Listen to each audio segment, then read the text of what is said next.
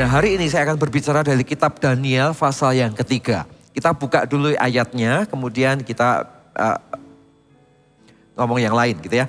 Daniel 3 ayat yang ke-10. Daniel 3 ayat yang ke-10, nanti mungkin lompat-lompat Bapak Ibu ya, nanti saya akan kasih tahu.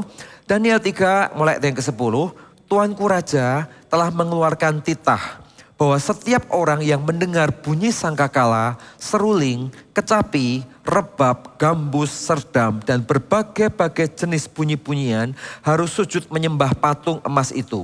Dan bahwa siapa yang tidak sujud menyembah akan dicampakkan ke dalam perapian yang menyala-nyala. Ayat 12, ada beberapa orang Yahudi yang kepada mereka telah Tuanku berikan pemerintahan atas Babel, yaitu Sadrak, Mesak, dan Abednego. Orang-orang ini tidak mengindahkan titah Tuanku ya Raja. Mereka tidak memuja dewa Tuanku dan tidak menyembah patung emas yang Tuanku telah dirikan. Ayat 13, sesudah itu Nebukadnezar memerintahkan dalam marahnya dan geramnya untuk membawa Sadrak, Mesak, dan Abednego menghadap. Setelah orang-orang ini dibawa menghadap raja, berkatalah Nebukadnezar kepada mereka, apakah benar, hai Sadrak, Mesak, dan Abednego, bahwa kamu tidak memuja dewaku dan tidak menyembah patung emas yang kudirikan itu? Ayat 15, sekarang jika kamu bersedia, demi kamu mendengar bunyi sangkakala, seruling, kecapi, rebab, gambus, serdam, dan berbagai-bagai jenis bunyi-bunyian, sujudlah menyembah patung yang kubuat itu. Tetapi jika kamu tidak menyembah, kamu akan dicampakkan seketika itu juga dalam perapian yang menyala-nyala. Dan dewa manakah yang dapat melepaskan kamu dari dalam tanganku? 16. Lalu Sadrak, Mesak, dan Abednego menjawab Raja Nebukadnezar, tidak ada gunanya kami memberi jawab kepada Tuanku dalam hal ini. Ayat 17 ini ayat yang terkenal. Jika Allah kami yang kami puja sanggup melepaskan kami, maka ia akan melepaskan kami dari perapian yang menyala-nyala itu dan dari tanganmu ya Raja. Tetapi seandainya tidak, hendaklah Tuanku mengetahui ya Raja, bahwa kami tidak akan memuja dewa Tuanku dan tidak akan menyembah patung emas yang Tuanku dirikan itu. 19 Bapak Ibu.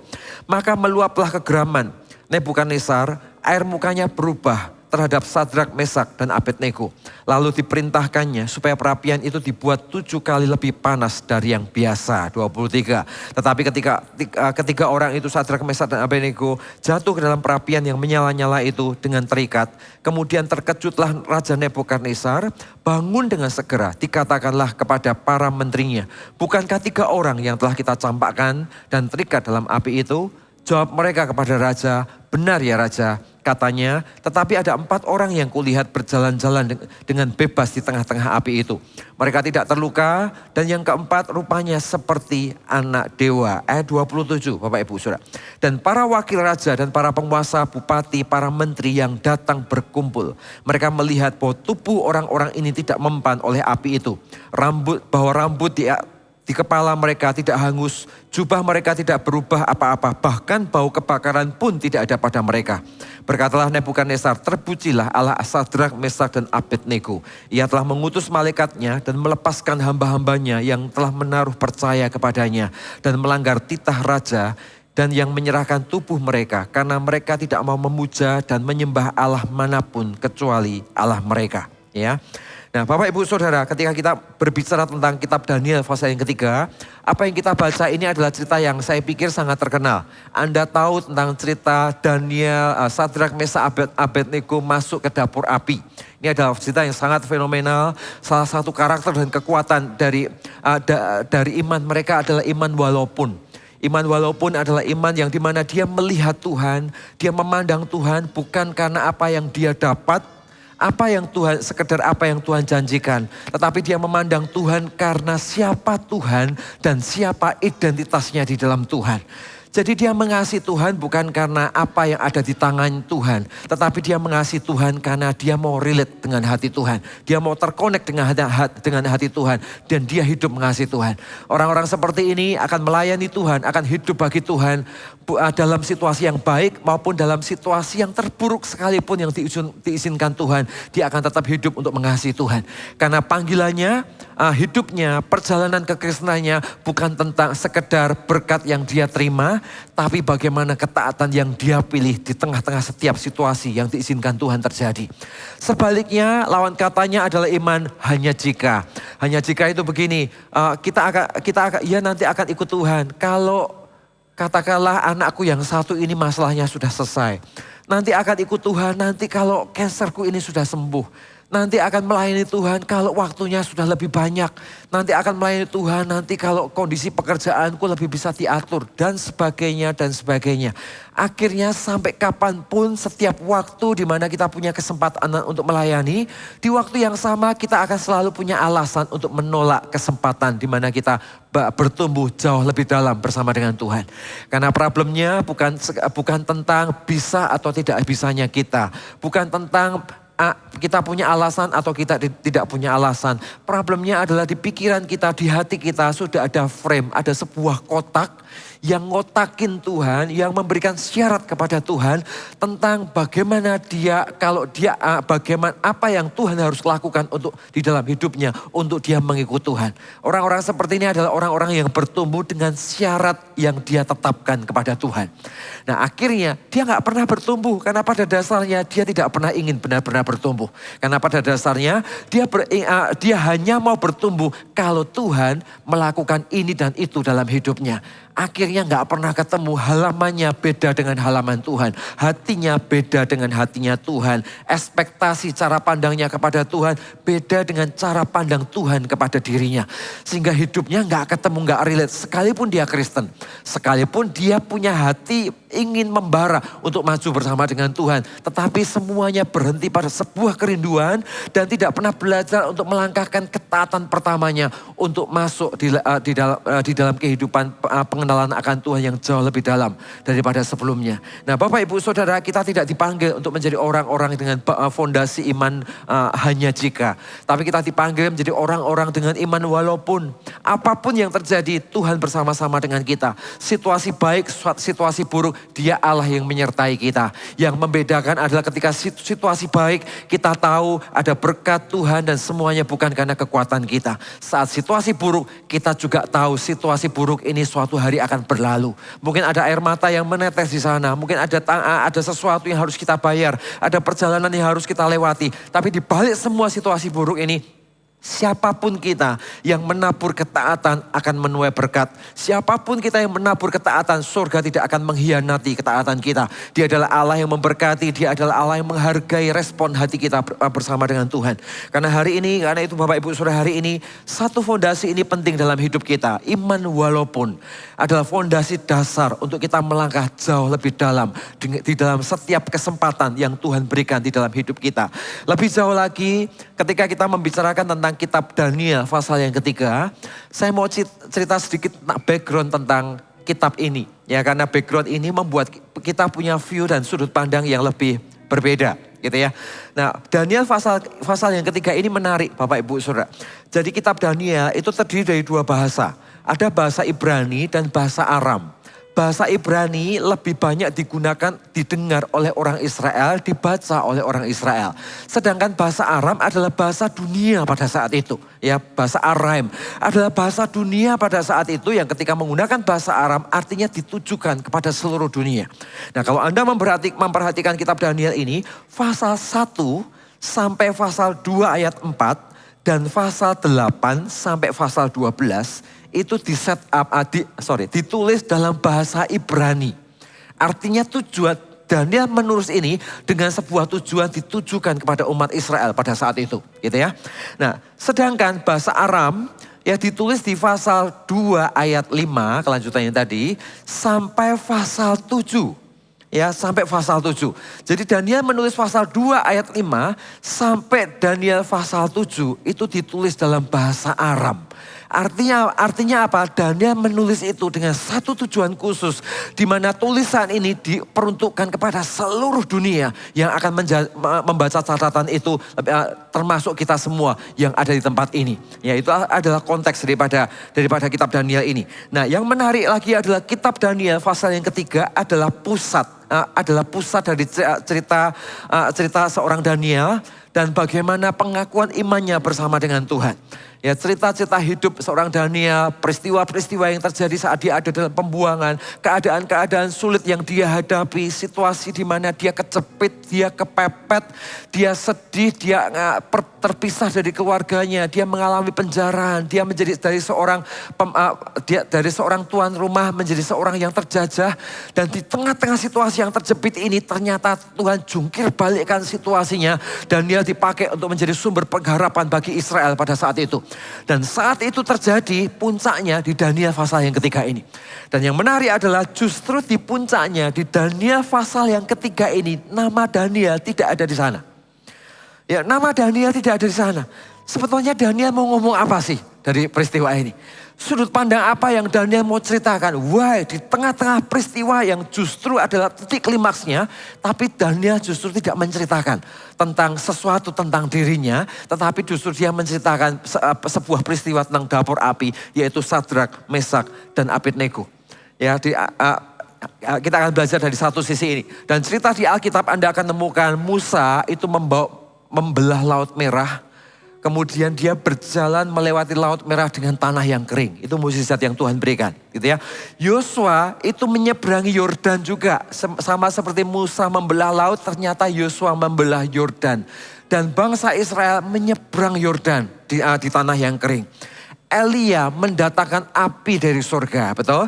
Ketika mezbah semuanya dikumpulkan, dia beradu dengan para penyembah Baal. Elia langsung dari langit mendatangkan api ke Baal itu, ke mezbah itu. Ke mezbah itu untuk menceritakan Allahnya jauh lebih besar daripada Allah yang disembah oleh para sembahan Baal itu. Itu yang terjadi dengan mukjizat luar biasa di tengah-tengah mereka. Tetapi kalau Anda melihat dalam peristiwa ini, kita akan temukan untuk hidup dalam api yang membara secara nyata hanya satu peristiwa ini. Musa memang laut mengerikan, tapi dia jalan di atas tanah kering. Dia membelah Yordan, Yordan itu penuh dengan air, tapi dia jalan di atas tanah kering. Tapi ketika kita menemukan Sadrak, Mesak, dan Abednego, ternyata apinya tidak padam dan dia hidup di tengah-tengah nyala api dan Tuhan menyertai hidupnya. Anda bisa membayangkan satu fenomena yang luar biasa yang Tuhan sedang bangun di dalam yang terjadi di tengah-tengah kehidupan mereka. Nah, pertanyaannya adalah mengapa Tuhan tolong Sadrak, Mesak, dan Abednego? Ya, pernahkah saudara berpikir, kenapa kok Tuhan tolong Sadrak, Mesak, dan Abednego? Bukankah kita tahu ada seorang rasul yang namanya Petrus, begitu luar biasanya, begitu radikalnya, begitu takut Tuhan, disalibnya terbalik, saudara. Kita ketemu dengan seseorang, Rasul Yohanes, di akhir cerita hidupnya, ditarik kuda, ditarik ke empat sisi. Ya, dan dia mengalami aniaya begitu luar biasa, dan Tuhan tidak menolong hari itu. Gitu ya. Kita ketemu dengan gereja-gereja awal, yang menjadi martir dan darahnya benar-benar tertumpah atas tanah itu. Dan Tuhan izinkan tidak terjadi pertolongan di sana. Pertanyaannya adalah kenapa Tuhan tolong Sadrak, Mesak, dan Abednego? Ya, kenapa Tuhan tolong Sadrak, Mesak, dan Abednego padahal di sisi yang lain Tuhan gak tolong. Tuhan gak semuanya menolong mereka. Tapi untuk Sadrak, Mesak, dan Abednego Tuhan tolong mereka. Apakah karena Sadrak, Mesak, dan Abednego punya iman yang besar? Saya pikir gak juga. Mereka punya iman, ya. Kalau mereka gak punya iman, mereka gak mungkin ngomong seperti yang di ayat sebelumnya tadi dikatakan. Mereka punya iman, tapi mungkin imannya juga gak gede-gede banget. Karena dia berkata kalau Tuhan mau tolong, Tuhan tolong. Tapi kalaupun tidak, ya sudah kami akan habis bersama-sama dengan nyala api itu. Jadi apakah ditolong karena imannya? Ya mungkin karena iman ada benernya. Tapi di sisi yang lain dia mungkin gak beriman banget karena dia juga gak cukup yakin apakah nyala api itu akan membuat hidupnya tetap hidup di tengah-tengah nyala api itu, gitu ya. Apakah karena keberaniannya? Ya, apakah karena keberaniannya dan Tuhan terkesan dengan keberaniannya? Saya pikir tidak. Kalau karena keberaniannya mereka bertiga bisa keluar dan cerita kemana-mana. Aku masuk ke dapur api rambutku gak kebakar gitu kan. Aku jalan-jalan di atas api dan gak kebakar nih. Gitu kan. Jadi dia bisa sombong di mana-mana. Ternyata enggak cerita itu. Jadi bukan karena keberaniannya. Tetapi ada sesuatu yang menarik dari hidup orang ini. Yang membuat dia itu ditolong Tuhan. Tetapi di waktu yang sama enggak ditolong pun. Dia iman dan ketaatannya tidak akan gugur di tengah jalan. Saudara, itulah kekuatan dari iman walaupun. yang dimiliki oleh Sadrak, Mesak, dan Abednego. Iman walaupun inilah yang membuat mereka bertahan. Iman walaupun inilah yang membuat dia melihat setiap kehidupan dari sudut pandang prerogatif Tuhan. Dari sudut pandang apa yang menjadi kehendak Tuhan. Kalau kehendak Tuhan memang mau habis terbakar, ya sudah. Kalau kehendak Tuhan memang tidak habis terbakar, maka apapun situasinya, keadaan apapun yang terjadi, situasi apapun yang terjadi tidak akan menyentuh hidupnya dan tidak akan membuat mereka menjadi orang-orang yang tumbang. Jadi hari ini kita belajar sesuatu tentang iman walaupun ini. Iman walaupun ini berbicara tentang banyak hal. Baik tentang hubungannya dengan Tuhan, baik tentang relationship Daniel dengan orang-orang yang ada di sekelilingnya. Dampak daripada iman walaupun yang dimiliki oleh Daniel dan teman-temannya ini. Ya. Yang pertama apa Bapak Ibu Saudara? Yang pertama adalah, Anda perhatikan dulu, bab 3, nama Daniel tidak ada di sana. Ya, dalam konteks relationship, iman walaupun membuat kita tahu bahwa tidak ada yang bisa disombongkan tentang pencapaian kita. Dan kita tetap akan menjadi orang yang mampu memberikan apresiasi, saling memberkati dengan tulus, satu dengan yang lain. Seseorang yang punya iman walaupun dia sadar, kalaupun dia mencapai sesuatu, nggak ada sesuatu yang terlalu nggak ada sesuatu yang terlalu bisa disombongkan tentang pencapaian yang dia punya. Kalau dia punya kesempatan untuk memberkati, itu adalah kesempatan hari-hari hidup di mana dia akan melakukannya dengan natural. Kalau dia punya kesempatan untuk melayani, untuk mengapresiasi, itu menjadi hari-hari di mana dia akan lakukan apresiasi itu dengan natural tanpa harus mendapatkan sesuatu, tanpa kredit tertentu, dia akan melakukannya secara natural. Kenapa? Karena ada sesuatu yang tumbuh secara firm, secara kokoh di dalam hatinya. Sehingga hidupnya bukan karena kata orang, hidupnya bukan karena situasi, imannya bukan karena situasi sedang menguatkan dia, atau keadaan sedang menolong dia untuk beriman, atau keadaan sedang menjatuhkan iman dia. Tidak dalam kondisi yang seperti itu. Tapi kondisi hatinya ada dalam kondisi hati yang kokoh dengan iman walaupun yang dia punya. Aku ini hidup bersama dengan Tuhan. Apapun yang terjadi dalam hidupku, maka dia adalah Allah yang akan menyertai. Dan dia adalah Allah yang akan bertanggung jawab kalau dia sedang mengizinkanku untuk mengalami proses demi proses yang Tuhan izinkan di dalam hidup ini. Gitu ya. Dan Anda bisa memperhatikan sesungguhnya Daniel sedang memberikan endorsement. Ya.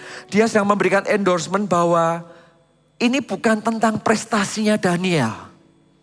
Ya, ini bukan tentang prestasinya Daniel, tetapi tentang nilai hidup, tentang persahabatan yang benar, tentang kepemimpinan yang sehat, yang selama ini orang melihatnya ke Daniel. Orang melihat prestasinya Daniel, orang melihat apa yang dilakukan Daniel, orang melihat bagaimana Daniel menerjemahkan mimpi dengan semua mukjizat yang hari itu terjadi. Tapi di Daniel pasal yang ketiga, Tuhan izinkan Daniel itu menulis untuk memberikan endorsement kepada Sadrak, Mesak, dan Abednego. Bahwa Sadrak, Mesak, dan Abednego ini ya dimasukkan ke dapur api ya karena mereka pejabat yang lain iri dengan performa mereka. Dan performa mereka ya, dan Sadrak, Mesak, Abednego adalah gubernur yang hebat. Ya bukan karena Daniel, bukan karena apa yang dilakukan oleh Daniel. Tapi mereka benar-benar adalah seorang gubernur yang hebat. Dan itulah yang mau di-highlight Daniel di Daniel pasal yang ketiga ini.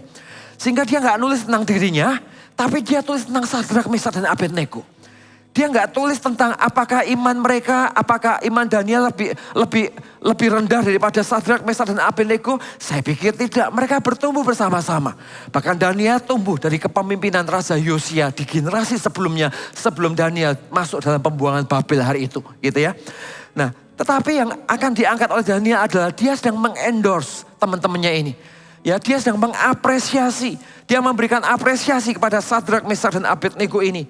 Ya, dia ingin memberikan kebesaran hati untuk di dalam hidup ini dia mengapresiasi saudara-saudaranya. Dia mau berkata, nih loh, kamu lihat ada seseorang yang namanya Sadrak, Mesak, dan Abednego.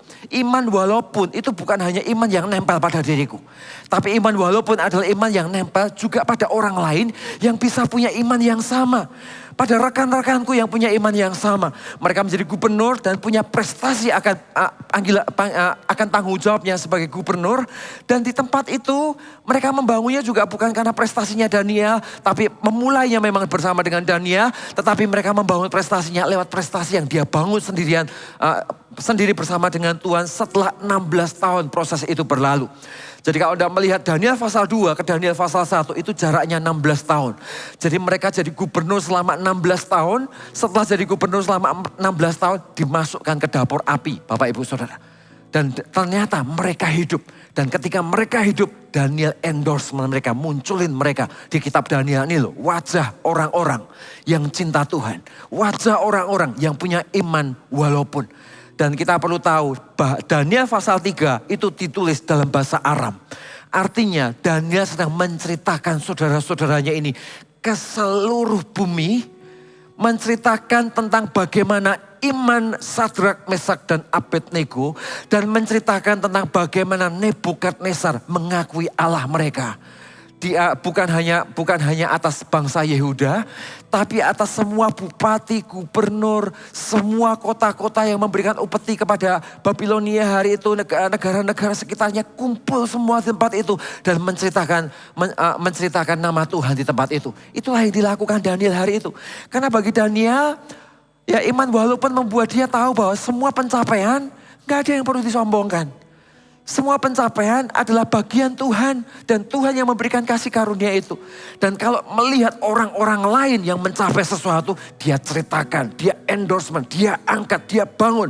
Supaya semakin menular iman itu dan bertumbuh dimanapun di seluruh dunia yang mendengar kesaksian ini dengan menggunakan bahasa Aram hari itu. Nah Bapak Ibu Saudara, kita perlu tahu bahwa kasih itu saling membesarkan dengan jujur. Di dalam sebuah komunitas, kalau kita mau mengasihi, kita ingin melihat saudara-saudara kita ingin menjadi lebih besar. Katakan amin. Di dalam sebuah komunitas, ketika kita saling mengasihi, kita menjadi orang yang mampu mengapresiasi kelebihan-kelebihan yang dimiliki oleh saudara kita. Dan orang yang bisa mengapresiasi, orang yang bisa melihat kelebihan-kelebihan orang lain, orang yang bisa memuji orang lain, adalah orang yang dirinya aman dengan Tuhan. Orang yang imannya adalah iman walaupun dia aman dengan Tuhan. Dia tahu Allahnya punya porsi sendiri dalam hidupnya. Dia gak perlu iri dengan orang lain. Dia gak perlu merasa bersaing dengan orang lain. Dan ketika dia melihat hal-hal baik di sekelilingnya, dia menjadi orang-orang yang mampu mengapresiasi mereka, mengangkat hidup mereka, memotivasi, memunculkan hal yang baik, memunculkan hal benar untuk menjadi potensi-potensi yang lebih besar dan ditularkan ke orang-orang yang ada di sekelilingnya. Dan itulah yang dikerjakan oleh Daniel. Dia endorse Sadrak, Mesak dan Abednego untuk menceritakan kepada seluruh dunia. Ya, ada seseorang yang cinta Tuhan dan kecintaannya akan Tuhan dibuai Tuhan dengan kasih karunia, punya pengalaman dapur api dan semuanya baik-baik saja sehingga membuka seorang raja untuk tunduk kepada Allah daripada ketika mereka bertiga ini. Nah, Bapak Ibu Saudara, hari ini mari sama-sama kita harus bisa melihat gereja semakin hari akan semakin besar. Ya, bisakah Anda melihat suatu ketika nanti gereja kita ini akan semakin besar? Mawar Sharon, GMS Surabaya hari ini sudah besar. Tapi pertanyaannya adalah tentunya besar atau kecil itu relatif. Besar kalau Anda melihat ke dalam. Tapi kalau Anda melihat keluar, kita juga tahu bahwa masih begitu banyak orang yang bisa kita kerjakan. Masih begitu banyak orang yang membutuhkan kasih Tuhan. Masih banyak saudara kita, oma kita, orang tua kita, orang-orang di kantor kita, keluarga kita yang mungkin hari ini mereka berkutat untuk menemukan kebenaran di dalam hidup mereka. Dan jumlah mereka dibandingkan dengan jumlah kita hari ini, mungkin jumlah mereka masih jauh lebih banyak. Jadi kalau ngomong besar, mungkin besar. Kalau ngomong kecil, ya bisa dikatakan kecil kalau dibandingkan dengan banyak hal yang masih kita bisa kerjakan di luar sana. Pertanyaannya adalah, ketika gereja semakin besar, akan muncul pemimpin-pemimpin. Akan muncul CG-CG leader. Akan muncul orang-orang yang mungkin lebih junior daripada Anda. Yang mungkin Anda yang ngajak ke gereja tapi tiba-tiba muncul jadi CG leader. Ya, akan muncul gembala-gembala baru. Orang-orang yang diangkat Tuhan di kapasitas berikutnya. Pertanyaannya saat itu terjadi, kita ini terus bertumbuh, kita menjadi bagian perubahan dari pertumbuhan, atau kita menjadi bagian yang menilai, mencerca, mengomentari, dan akhirnya kita tidak kemana-mana. Nah, hari ini kita harus menjadi gereja yang kompak. Kita harus menjadi jemaat yang saling mengapresiasi satu dengan yang lain. Karena suatu hari nanti saudara kita akan menjadi pemimpin CG. Orang-orang di sekeliling kita akan di-upgrade oleh Tuhan. Orang-orang yang mungkin lebih muda dari kita dikasih kepercayaan baru. Untuk melihat, untuk hidup mereka dipakai Tuhan di step berikutnya. Saat itu terjadi Bapak Ibu Saudara, ayo kita saling dukung. Kita saling maju. Kita saling kolaborasi untuk menjadikan apa yang sudah besar menjadi semakin besar, menjadi kuat dengan satu tujuan supaya setiap orang yang membutuhkan Tuhan di kota ini berjumpa dengan hadiratnya. Sehingga kita punya kantong pengembalaan yang kokoh, yang saling mengapresiasi, yang saling endorse satu dengan yang lain. Dan yang di endorse adalah nama Tuhan yang ditularkan ke banyak orang yang ada di sekeliling kita. Bapak Ibu Saudara, iman walaupun dampaknya harus sampai ke sana. Iman walaupun ini dampaknya nggak boleh hanya beriman untuk diri kita sendiri. Dampaknya harus menular ke orang-orang di sekeliling kita. Dampaknya harus berbuah keluar. Bagaimana imanku ini punya dampak buat orang-orang yang ada di sekeliling kita. Nah, hari ini mari kita bertumbuh untuk satu area ini, Bapak Ibu Saudara. Ya, sampai suatu ketika Anda melihat, ya hari ini Pastor Philip sering khotbah hari Minggu bersama-sama dengan Anda, betul? Ya, sebulan bisa sekali, bisa 2 kali, sekian minggu sekali dan sebagainya. Tahukah di waktu yang sama regional-regional di seluruh Indonesia dan luar negeri juga semuanya makin membesar. Jadi gede sama-sama, mereka yang ratusan jadi ribuan. Ya, mereka yang puluhan jadi ratusan. Gereja-gereja perintisan semuanya jadi gereja lokal. Dan setiap mereka, Anda bisa membayangkan Pastor Philip semakin hari juga semakin sibuk sekalipun usianya semakin bertambah. Ya, usianya semakin bertambah, semakin akan pergi ke kota A, ke kota B, ke regional A, regional B, mendobrak kota A, mendobrak kota B, kegerakannya akan semakin meluas. Dan saat kegerakannya semakin meluas, mungkin bisa jadi loh suatu hari nanti nggak tiap bulan khotbah di sini. Mungkin bisa jadi loh suatu hari nanti nggak setiap khotbah, jumlah khotbahnya nggak lagi sama seperti ekspektasi yang kita inginkan. Pertanyaannya saat kita membesar, saat kita semakin besar bukan hanya di Surabaya tapi semua kota di Indonesia. Dan saat Pastor Philip juga yang sudah sibuk ini makin sibuk, makin ditarik ke kota-kota yang lain semuanya. Pertanyaannya kita ada di mana? Ya, kita menjadi anak kecil yang berkata, aduh papaku pergi, wah kita tarik celananya gitu ya, kita tarik celana, dia nggak boleh pergi, kita nangis, kita nggak boleh pergi, begitu pergi kita ngambek semuanya, demo-demoan gitu ya. Atau kita justru berkata, oke, semua kita makin membesar, anak-anak rohani di luar juga makin gede, gereja-gereja lokal juga makin besar, regional-regional mulai semakin menjadi gereja destinasi.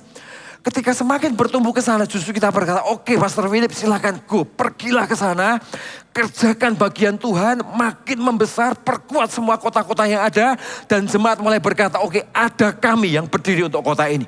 Ada kami yang akan menopang kepemimpinan. Ada kami yang menjaga visi gereja ini. Ada kami yang menjaga nilai yang pernah Pastor Philip taruh di gereja kita. Kasih tepuk tangan untuk Tuhan kita. Hari ini, jemaat ambil posisi Anda bukan sebagai orang yang datang ke gereja, datang minta makanan. Ya kalau makanannya nggak sesuai dengan keinginannya pulang ngambek. Sudah nggak waktunya begitu. Anda datang mendapatkan makanan, makanan yang Anda terima, Anda bawa pulang, Anda racik kembali, dan Anda kembali ke gereja menjadi pendamping Pastor Philip, memperkuat pengembalaan, memperkuat nilai, memperkuat visi, dan mari kita bergerak ke seluruh bangsa bersama dengan nama Tuhan. Inilah waktunya untuk kita bergerak. Dan itulah yang dilakukan oleh Sadrak Mesak, oleh Daniel untuk Sadrak dan Mesak dan Abednego. Di-endorse ke seluruh bumi. Di-endorse, dibicarakan ke semua orang. Supaya iman itu menular. Bukan hanya ke orang-orang Yehuda. Tapi ke seluruh dunia dan seluruh bahasa Aram yang mendengar pada saat itu. Itulah dampak dari iman walaupun. Di sisi yang lain, ya, di sisi yang lain saya coba agak mendarat gitu ya. Di sisi lain Anda lihat responnya Sadrak, Mesak dan Abednego. Ya, kita buka ayat yang ke-16. Lalu Sadrak, Mesak, dan Abednego menjawab Raja Nebukadnezar, tidak ada gunanya kami memberi jawab kepada Tuanku dalam hal ini. Jika Allah yang kami puja sanggup melepaskan kami, maka ia akan melepaskan kami dari perapian yang menyala-nyala itu dan dari dalam tanganmu ya Raja. Jadi fokusnya itu Tuhan, bukan menyalahkan orang lain. Dia nggak nyalain Nebukadnezar juga, dia nggak nyalain Daniel, dia nggak nyalain situasi, tapi fokusnya dia lihat Tuhan. Ayat yang berikutnya. Tetapi seandainya tidak, hendaklah Tuanku mengetahui ya Raja, bahwa kami tidak akan memuja dewa Tuanku dan tidak akan menyembah patung emas yang Tuanku dirikan itu. Ya, jadi dia fokusnya kepada Tuhan dan posisi dan keputusannya itu jelas. Ya, posisi dan keputusannya jelas. Kalau Tuhan, hendaklah Tuanku mengetahui bahwa kami tidak akan memuja dewa Tuanku dan tidak akan menyembah patung emas yang Tuanku dirikan itu, baik terbakar atau tidak terbakar. Keputusannya firm ada di tempat itu. Dan dia mengatakan tidak ada gunanya kami memberi jawab kepada Tuanku. Sudah tahu kenapa? Karena bisa jadi kalau mereka memberi jawab, bisa jadi loh mereka akan mengkompromikan nilai-nilai hidup. Ya, dia bisa negosiasi, gimana kalau nggak nyembah, duduk aja gitu ya. Supaya kami gak usah masuk dapur api. Dia bisa kejebak ke sana. Karena itu Alkitab berkata mereka memilih untuk gak jawab. Karena posisi mereka sudah clear. Gak perlu ada lagi yang dipertanyakan. Imannya clear. Iman walaupun bertumbuh dengan firm, dengan kokoh di dalam hatinya. Dan Anda bisa membayangkan kalau dia menjawab. Ya, mereka bisa juga punya alasan melepaskan kemarahan ya kepada orang-orang yang melaporkan Nebukadnezar. Dia bisa blaming, oh aku ini masuk ke dapur api gara-gara itu loh. Ada yang lapor, bupati itu yang lapor, sana yang lapor, sini yang lapor dan sebagainya. Sehingga aku ini jadi korban. Posisi hatinya bisa berubah jadi mentalitas fiktif. Gitu. Bayangkan kalau mereka menjawab, bisa jadi dia pahit. Bisa pahit dengan Tuhan, pahit dengan Nebukadnezar. Dan dia mulai hitung-hitungan dengan prestasinya. Ingat Daniel 2 ke Daniel 3 itu 16 tahun. Artinya dia sudah kerja 16 tahun dengan prestasi yang baik. Dan dari prestasinya itu tidak ada satu area pun yang bisa dikalahkan. Yang bisa dicari celahnya. Satu-satunya celah adalah karena ibadahnya kepada Tuhan. Jadi Anda bisa membayangkan betapa excelnya mereka. Dan mereka bisa berkata, apakah raja tidak bisa melihat selama 16 tahun ini aku melakukan semuanya untuk raja. Aku lakukan ini. Tapi ternyata upahmu ke aku seperti ini. Kau masukkan aku ke dapur api dan sebagainya. Hari itu kalau mereka menjawab, mereka bisa komplain dengan banyak hal. Tapi hari itu berita baiknya dia berkata, enggak, aku enggak perlu jawab apapun. Apapun katamu, apapun pendapatmu, posisi imanku itu firm di hadapan Tuhan. Saudara, ada banyak area dalam hidup kita ini perlu ada dalam situasi hati yang seperti ini. Ya. Ada kadang-kadang di dalam keseharian kita mengikut Tuhan, ada ruang-ruang salah yang bisa dirohanikan karena itu adalah sebuah kebiasaan. Ya, kita bisa kejebak berjumpa dengan ruang-ruang salah, tapi dirohanikan dan dianggap menjadi biasa karena itu adalah sebuah kebiasaan. Padahal sesuatu yang kita katakan sebagai sebuah kebiasaan belum tentu kebenaran. Panggilan kita bukan menjalankan sebuah kebiasaan. Panggilan kita adalah membiasakan sesuatu yang benar untuk menjadi nilai di dalam hidup kita. Karena itu ada hal tertentu di mana kita nggak perlu negosiasi. Ada ruang-ruang di mana kita tahu putih adalah putih, hitam adalah putih, hitam adalah hitam. That's it, kita berhenti di sana. Kita nggak perlu cari ruang abu-abunya.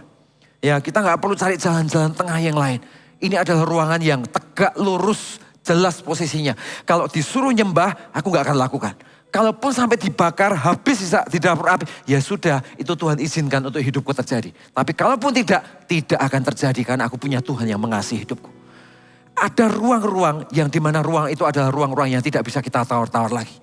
Nah itulah iman walaupun punya dampak relationship-nya dengan Tuhan. Dan dengan sesama, dengan cara yang seperti ini. Jadi dia dengan sesama tetap nice. Dia gak nyerang. Dia tidak hitung-hitungan dengan Nebukadnezar. Dia gak nyerang juga pejabat-pejabat yang melaporkan dia. Ya, dia gak marah dengan situasi yang terjadi.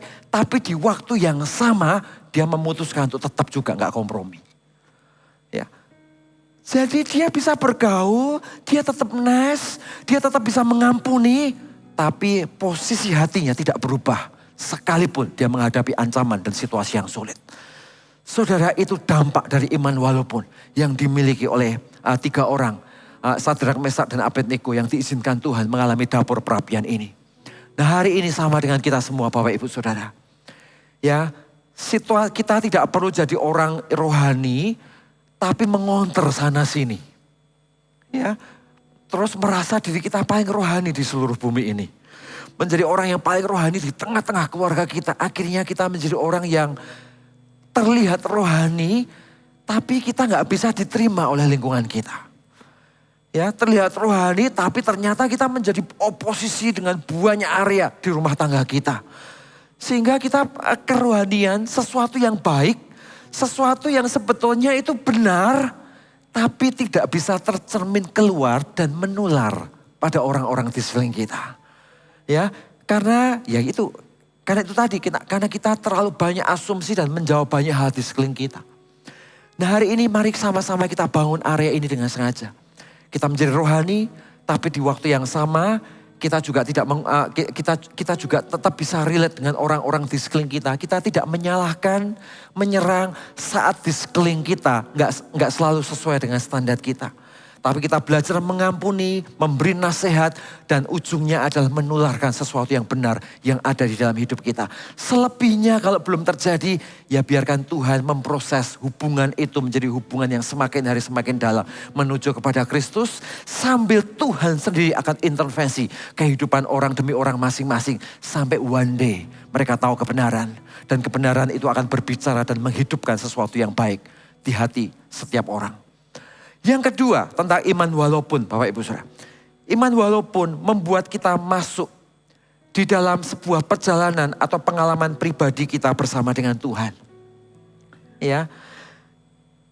Kita ini waktu kita menempatkan kebenaran di tempatnya, ya. Iman kita mungkin iman yang kecil dan itu adalah benih. Tapi ketika iman itu ditambah dengan iman walaupun, maka benih yang kecil ini akan menjadi pohon yang besar. Dan melahirkan kekuatan yang besar akibat dari pengenalan kita akan Tuhan. Jadi orang ikut Tuhan, ada orang mengatakan orang ikut Tuhan imannya kecil aja gak apa-apa. Yang penting setia dengan Tuhan. Saya pikir ada benernya tapi kurang tepat. Ya, kita ikut Tuhan memang mungkin dimulai dengan iman yang kecil. Tetapi setelah sekian lama kita berjalan dalam kebenaran, iman kita gak boleh selalu kecil. Izinkan iman yang kecil benih itu bertumbuh dengan makanan-makanan rohani. Izinkan iman kecil itu bertumbuh juga dengan experience demi experience. Mulai hal-hal sederhana sampai resiko-resiko iman yang kita ambil ketika kita berjalan bersama dengan Dia. Dan di tempat itulah iman yang kecil ini bertumbuh menjadi pohon yang besar. Untuk mengalahkan sebuah tantangan yang besar, kita gak bisa berkata iman yang kecil. Iman kita tetap membutuhkan iman yang besar. Tetapi kita bisa mulai dari iman yang kecil. Ya, kita mulai dari iman yang kecil, tapi iman yang kecil ini disirami, dibangun pengenalan akan Tuhan. Hiduplah dengan iman walaupun yang ada dalam hidup Anda. Terus disirami sampai semakin hari semakin bertumbuh. Dan iman kita semakin bertumbuh dan kita mulai tumbuh di dalam pengenalan akan Tuhan. Sampai akhirnya tantangan yang besar menjadi kecil karena iman kita yang bertumbuh menjadi besar. Ya, hari ini mari kita bertumbuh dalam area ini. Jadi hidup dan pengenalan akan Tuhan bukanlah sebagai sebuah perjalanan yang mati, yang kaku, yang stuck pada sebuah aturan-aturan tertentu. Bukan Bapak Ibu Saudara. Semakin kita mengenal Tuhan, kita semakin diajar untuk mengerti hatinya. Bukan tentang aturan-aturan yang Dia taruh di dalam hati kita semata-mata. Tetapi tentang keinginan-keinginan yang ada di hati Tuhan.